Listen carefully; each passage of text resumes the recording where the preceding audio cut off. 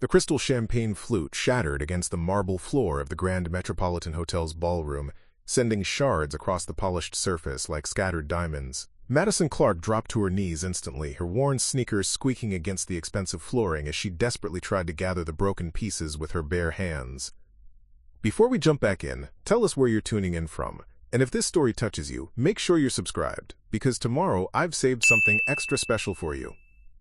"Careful with those fingers, sweetheart," came a booming voice from above. "We wouldn't want you bleeding all over the Armani suits."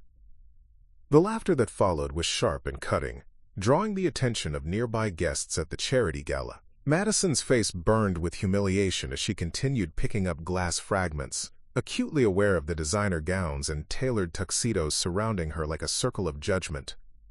Harrison Montgomery III stood towering over her, his 6'2" frame imposing in a custom-made Italian suit that probably cost more than most people's cars. The 52-year-old real estate mogul was Manhattan's golden boy of commercial development, with a portfolio worth over $800 million and a reputation for turning empty lots into gleaming skyscrapers that reshaped the city's skyline. But what the business magazines didn't write about was his talent for making people feel small. "This is exactly why I told the event coordinator we needed professional waitstaff," Montgomery continued, his voice carrying across the ballroom without any attempt at discretion. "Not some college kid playing dress-up in a borrowed uniform." Madison's hands trembled slightly as she placed the larger pieces into her serving tray. At 22, she was working her third catering job of the week, juggling multiple part-time positions while pursuing her degree in social work at Columbia University. The black slacks and white button-down shirt she wore were indeed borrowed from her roommate Sarah, who worked for the same catering company and had called in sick at the last minute. "I'm terribly sorry, sir," Madison whispered, still not looking up. "I'll have this cleaned up immediately and bring you a fresh drink." Montgomery crouched down slightly, his voice taking on a mockingly gentle tone that made the nearby guests lean in with uncomfortable fascination. "What's your name, sweetheart?" "Madison Clarke, sir."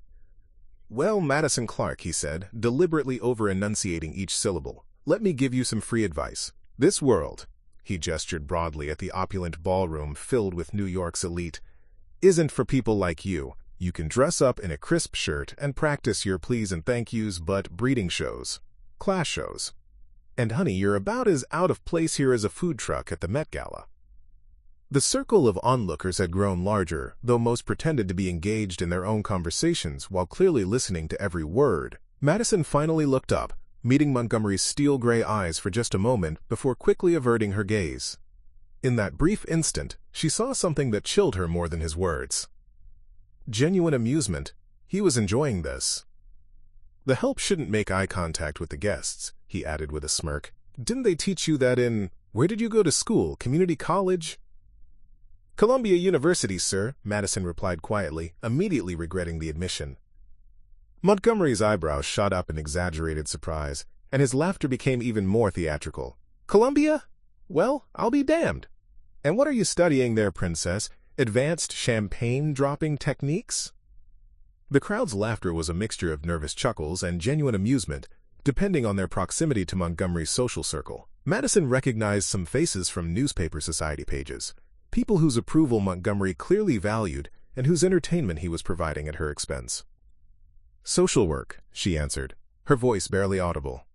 "Social work?" Montgomery clapped his hands together with mock delight. "Of course it is. Let me guess. You want to save the world? Help the unfortunate? Make a difference?" His tone dripped with condescension. "That's adorable. Really. But here's a reality check, sweetheart.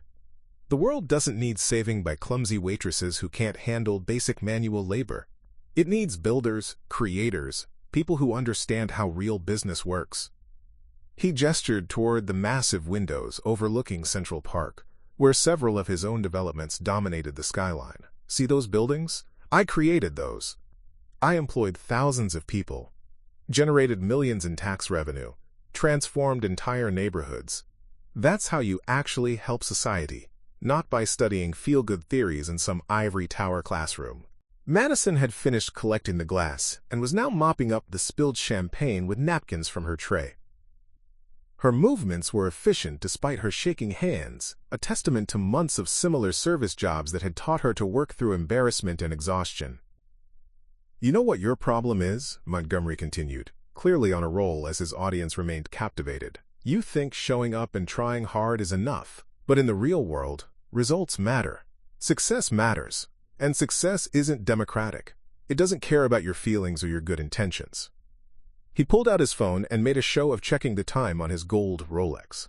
"I've been to more charity events than you've had hot dinners, and I can spot the servers who belong and the ones who don't within 30 seconds. You, my dear, are clearly in the wrong zip code." What Montgomery didn't know was that Madison Clarke wasn't just any struggling college student. She wasn't just another part-time server trying to make ends meet while pursuing her degree. She had secrets that would have changed the entire dynamic of this humiliating encounter, secrets that connected her to Montgomery's world in ways he couldn't imagine. But those revelations would come later. For now, she was simply a young woman being systematically humiliated by a man who wielded his wealth and status like weapons, in front of an audience that was either too entertained or too intimidated to intervene. "Here's some free business advice," Montgomery concluded, straightening his tie with theatrical flair. "Find a career that matches your skill level. Maybe food service is your calling after all, just at establishments where the glasses are plastic and the customers don't expect competence." As Madison stood up with her tray of broken glass and soiled napkins, Montgomery had already turned his attention back to his circle of associates, dismissing her as completely as if she had never existed. The conversation seamlessly shifted to commercial real estate trends and upcoming development projects, the entertainment value of her humiliation already exhausted.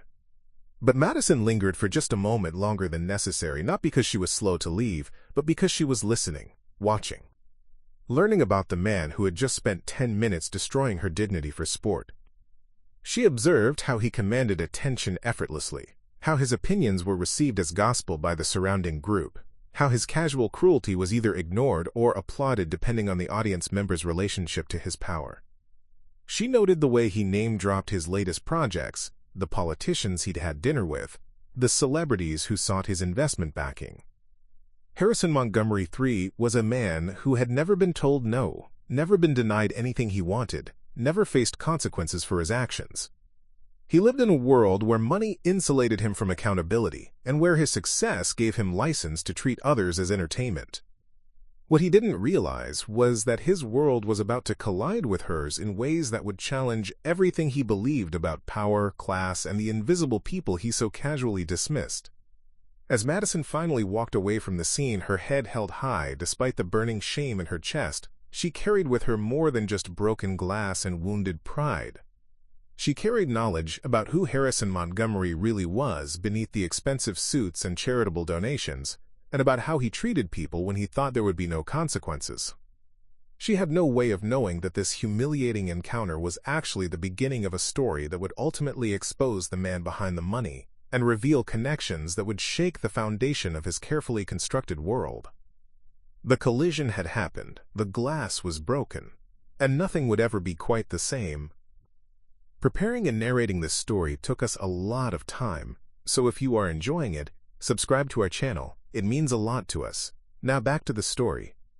The penthouse elevator climbs silently toward the 47th floor of Montgomery Tower, carrying Madison away from the charity gala and into the private world that existed high above Manhattan's glittering chaos. Her catering shift had ended an hour ago, but she wasn't going home to her cramped studio apartment in Brooklyn like the other servers. Instead, she was ascending to one of the most exclusive addresses in the city, where someone was waiting for her, someone who had no idea what had just transpired in the ballroom 30 floors below. "You're late," came a warm voice as the elevator doors opened directly into the lavish apartment. "I was starting to worry." Madison stepped into the familiar space, her borrowed catering uniform suddenly feeling even more out of place against the backdrop of floor-to-ceiling windows and museum-quality artwork. But the young man who embraced her didn't seem to notice her attire, or if he did, he didn't care. "Sorry, the event ran long," Madison said, melting into his arms despite the evening's humiliation still burning in her chest. "Your father's charity gala was eventful." Alexander Montgomery, Alex to his friends, pulled back to study her face with concerned hazel eyes that were so different from his father's cold gray ones. At 24, Alex had inherited his father's height and strong jawline, but none of his arrogance or cruelty. Where Harrison commanded rooms through intimidation, Alex earned respect through genuine kindness and intellectual curiosity. "You look upset," Alex observed, leading her toward the kitchen. "What happened? Did someone give you trouble?" Madison hesitated, debating how much to reveal. She and Alex had been secretly dating for 8 months, meeting through a volunteer program at a homeless shelter where Alex worked anonymously, using only his first name to avoid the attention his surname would bring. He had no idea she'd taken the catering job specifically to see his world, to understand the environment that had shaped him. "Just the usual stuff," she said finally. "Rich people being rich people." Alex winced. "I'm sorry, I know these events can be brutal. The whole scene is so artificial and performative. Half the people there donated money just to be seen donating, not because they actually care about the cause." He opened the refrigerator and pulled out ingredients for sandwiches, a humble meal that seemed almost absurd in the opulent kitchen. This was one of the things Madison loved about Alex.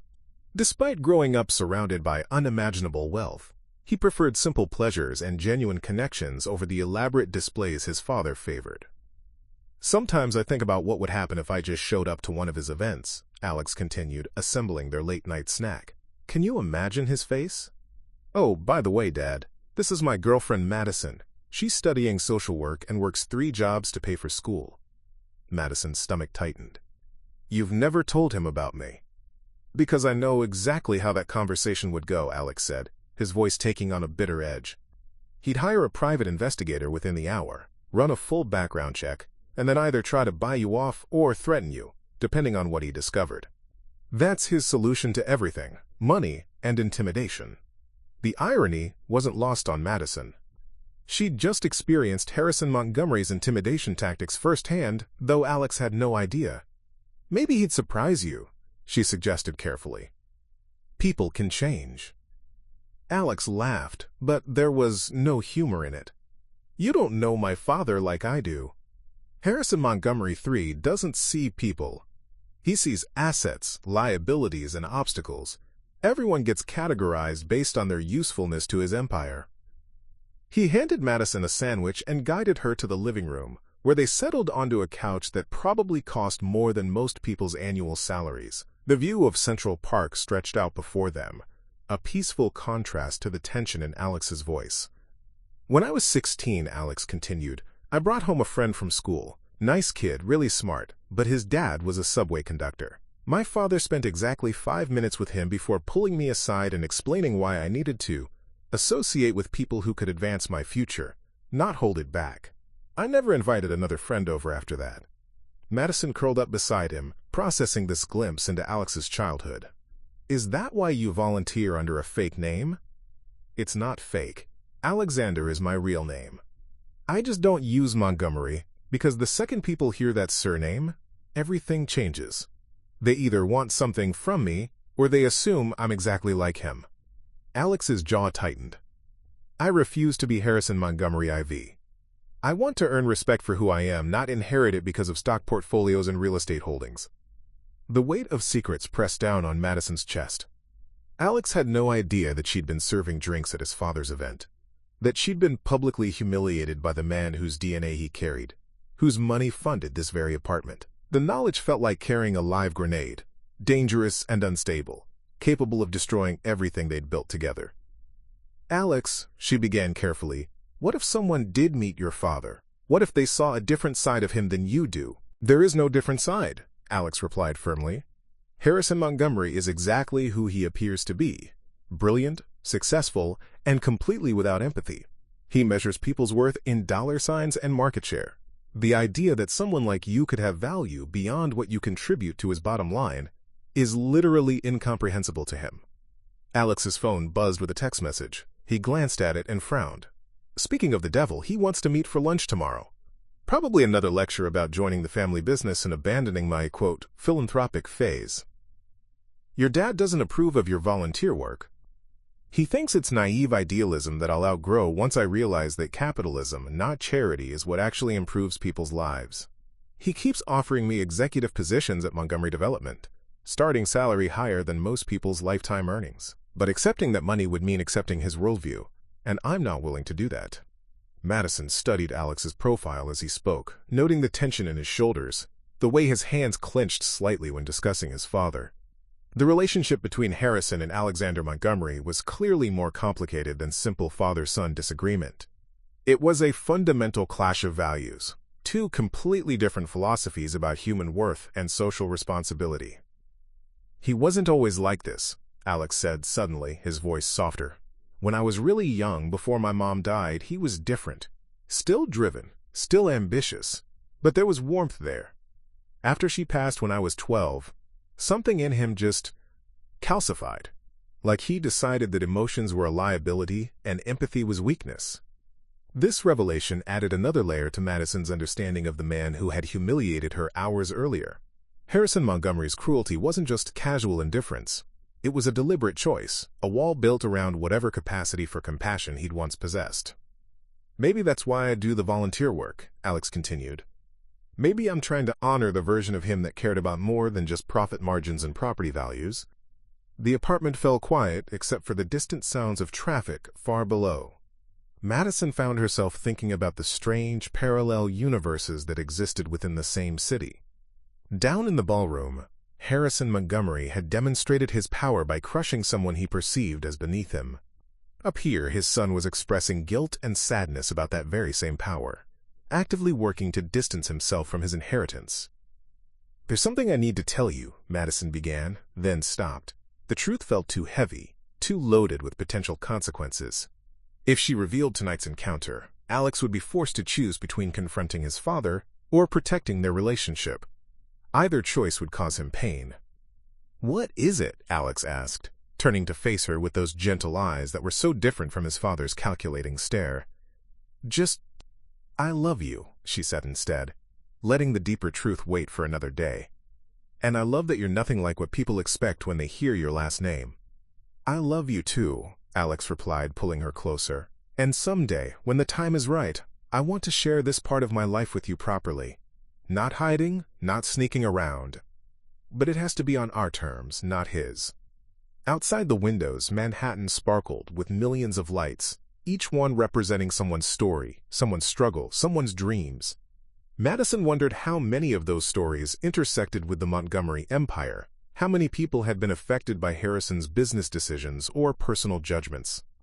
She thought about her own story, how she'd grown up in public housing in the Bronx, raised by a single mother who worked 2 jobs to keep them afloat, how she'd earned her way to Columbia through academic scholarships and sheer determination, how she'd chosen social work because she wanted to help people who reminded her of her younger self, people who felt invisible, powerless, forgotten. And now, through a twist of fate that seemed almost too ironic to be real, she'd fallen in love with the son of a man who embodied everything she'd been fighting against her entire life. "Alex," she said quietly, "hypothetically speaking, what would happen if your father found out about us?" Hypothetically. Alex considered the question seriously. He'd probably try to end it. Not through violence or anything dramatic. That's not his style. He'd be more subtle. Financial pressure, social manipulation, maybe threats about your future career prospects. He has a lot of influence in this city. "And what would you do?" "I'd choose you," Alex said without hesitation. "Every time. The money, the inheritance, the family name, none of it matters if it means losing the person I love." The certainty in his voice both comforted and terrified Madison. Alex truly believed he could stand up to his father's power, but he'd never actually faced it directed towards someone he cared about. He'd never seen Harrison Montgomery in full predator mode, systematically dismantling someone's dignity for entertainment. As they settled in for the night, Madison's mind raced with possibilities and consequences. She was living in 2 worlds simultaneously. The world where she was Alex's beloved girlfriend, treated with respect and affection, and the world where she was just another obstacle for Harrison Montgomery to crush beneath his expensive shoes. The question wasn't whether these worlds would eventually collide. The question was whether anything would survive the impact when they did. 2 weeks had passed since the charity gala incident, and Madison had managed to avoid telling Alex about his father's cruel behavior. But secrets have a way of demanding to be heard, especially when they carry the weight of injustice. The moment of truth arrived on a sunny Saturday afternoon when Alex surprised Madison with an invitation she couldn't refuse. "My father wants to meet you," Alex announced over coffee at their favorite small cafe in Greenwich Village, far from the Montgomery family's usual Manhattan haunts. Madison nearly choked on her latte. "What?" I know. I said I'd never subject you to that, but something's changed. He's been asking about my personal life lately, and yesterday he specifically said he wanted to meet, quote, the girl who's been making me so happy. Those were his exact words. Alex's excitement was palpable, his face lighting up with hope that Madison had never seen before. Maybe he's finally ready to accept that I'm serious about living my own life. Maybe losing Mom changed him more than I thought, and he's realizing that family is what actually matters. Madison's heart sank. Alex's optimism about his father's character was both touching and naive. She knew exactly what Harrison Montgomery was capable of, and this sudden interest in meeting her felt more like a trap than an olive branch. "Alex, I don't think that's a good idea," she said carefully. "Why not? Are you nervous? Because you don't need to be. You're amazing, Madison. You're brilliant, compassionate, driven. Everything any parent would want for their child. Once he gets to know you, he'll understand why I love you." The painful irony was almost unbearable. Harrison Montgomery had already gotten to know Madison, in his own twisted way. He'd sized her up, categorized her, and dismissed her as worthless within minutes. The idea that he might somehow transform into an accepting, loving father figure was heartbreakingly impossible. "What if he doesn't approve?" Madison asked. "Then that's his loss," Alex replied firmly. "But I have to try. I can't keep living in two separate worlds forever. At some point, the people I love need to meet, even if it's uncomfortable at first." 3 days later, Madison found herself standing outside the Montgomery family's private dining room at the exclusive Hemisphere Club, wearing her best dress, a simple black number she'd bought specifically for job interviews. Alex squeezed her hand reassuringly as they approached the hostess. "Alexander Montgomery," he told her. "We're meeting Harrison Montgomery." The hostess's demeanor immediately shifted to obsequious professionalism. "Of course, Mr. Montgomery, right this way." They were led through the club's ornate corridors, past oil paintings of long-dead robber barons and mahogany panels that spoke of old money and older power. Madison's stomach churned with each step, knowing that in moments she would face the man who had humiliated her, but this time as his son's girlfriend rather than hired help. Harrison Montgomery was already seated at a corner table when they arrived, studying his phone with the focused intensity of someone conducting business even during family time. He looked up as they approached, and Madison braced herself for recognition, for the moment when his expression would shift from polite interest to cruel amusement. But it never came. "You must be Madison," Harrison said, standing and extending his hand with practiced charm. "Alex has told me so much about you. Please, sit." Madison shook his hand, studying his face for any flicker of recognition. There was none. To Harrison Montgomery, she was completely new, a blank slate to be evaluated based on her potential utility to his son's future. The woman who had knelt at his feet picking up broken glass 2 weeks ago might as well have been a different person entirely. "Thank you for inviting me, Mr. Montgomery," Madison replied, her voice steady despite her racing heart. "Alex speaks about you often." "All good things, I hope," Harrison said with a smile that didn't reach his eyes. As they settled into their seats, he launched into what was clearly a prepared interrogation, disguised as friendly conversation. "So, Madison, Alex tells me you're studying at Columbia. Social work, is that right? Interesting choice. Not particularly lucrative, but I suppose some people are drawn to altruistic pursuits." The condescension was subtle but unmistakable, wrapped in polite language but carrying the same dismissive tone Madison remembered from the gala. Alex either didn't notice or chose to ignore it. "Madison's passionate about helping people," Alex said proudly. "She volunteers at 3 different organizations while maintaining a 3.9 GPA and working multiple jobs. She's incredible." "Multiple jobs?" Harrison's eyebrow arched with interest. "What kind of work do you do?" Madison felt the trap closing around her. "I work at a dental office during the day, tutor students for extra income, and occasionally pick up catering shifts for events." "Catering," Harrison repeated thoughtfully. "How enterprising. And where do you typically work these events?" "Various venues around the city," Madison replied vaguely, hoping to avoid specifics. But Harrison Montgomery hadn't built an empire by accepting vague answers. I ask because I attend quite a few charity functions and corporate events. Perhaps our paths have crossed before? The question hung in the air like a loaded weapon. Madison could feel Alex watching her, waiting for her response, completely unaware of the minefield they were navigating. "It's possible," she said carefully. "Those servers tend to blend into the background at those events." "Indeed they do," Harrison agreed, his tone taking on a sharper edge. "Though some make more of an impression than others." Alex looked between them, sensing tension but not understanding its source. "Dad, what's this about?" Harrison leaned back in his chair, studying Madison with renewed interest. The pieces were clicking into place behind his calculating eyes. The familiar face, the catering connection, the defensive body language. "You know," he said slowly, "there was an incident at my charity gala 2 weeks ago. A young woman about your age working for the catering company. Clumsy little thing. Broke one of the hotel's expensive champagne flutes. Made quite a scene, actually." Madison's face remained carefully neutral, but Alex straightened in his chair. "What kind of scene?" "Oh, nothing dramatic," Harrison continued, his voice taking on the same theatrical quality Madison remembered. "Just a teaching moment about knowing one's place in the world. About understanding the difference between serving others and belonging among them." "Dad, that's a horrible thing to say about someone," Alex said, his voice sharp with disapproval. "Is it?" Harrison's gaze never left Madison's face. "Or is it simply honest?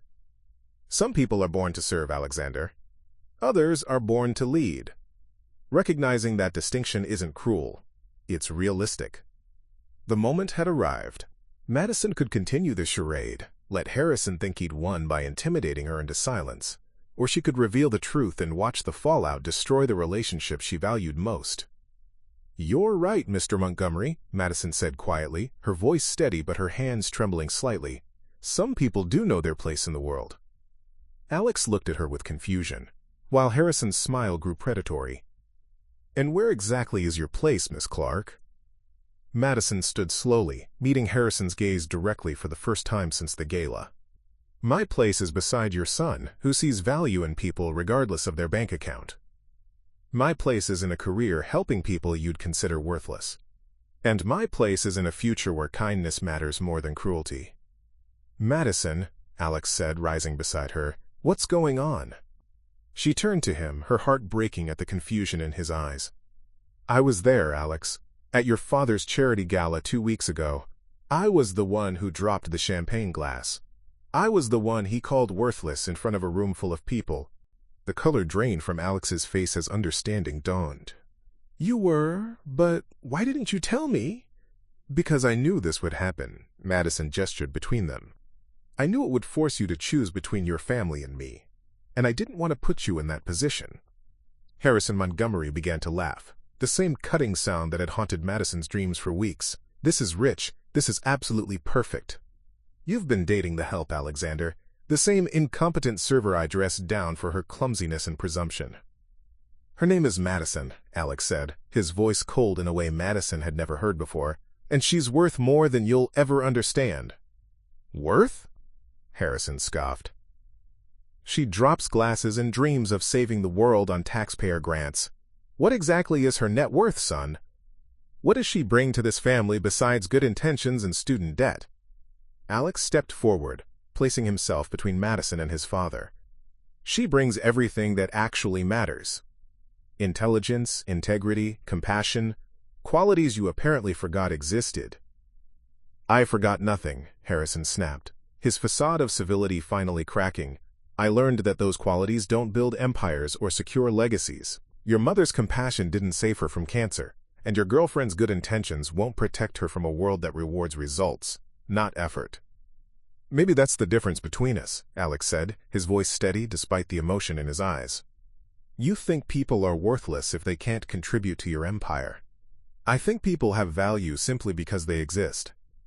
Madison watched father and son face off across the elegant dining room, seeing clearly how Harrison had shaped Alex's worldview through opposition rather than example.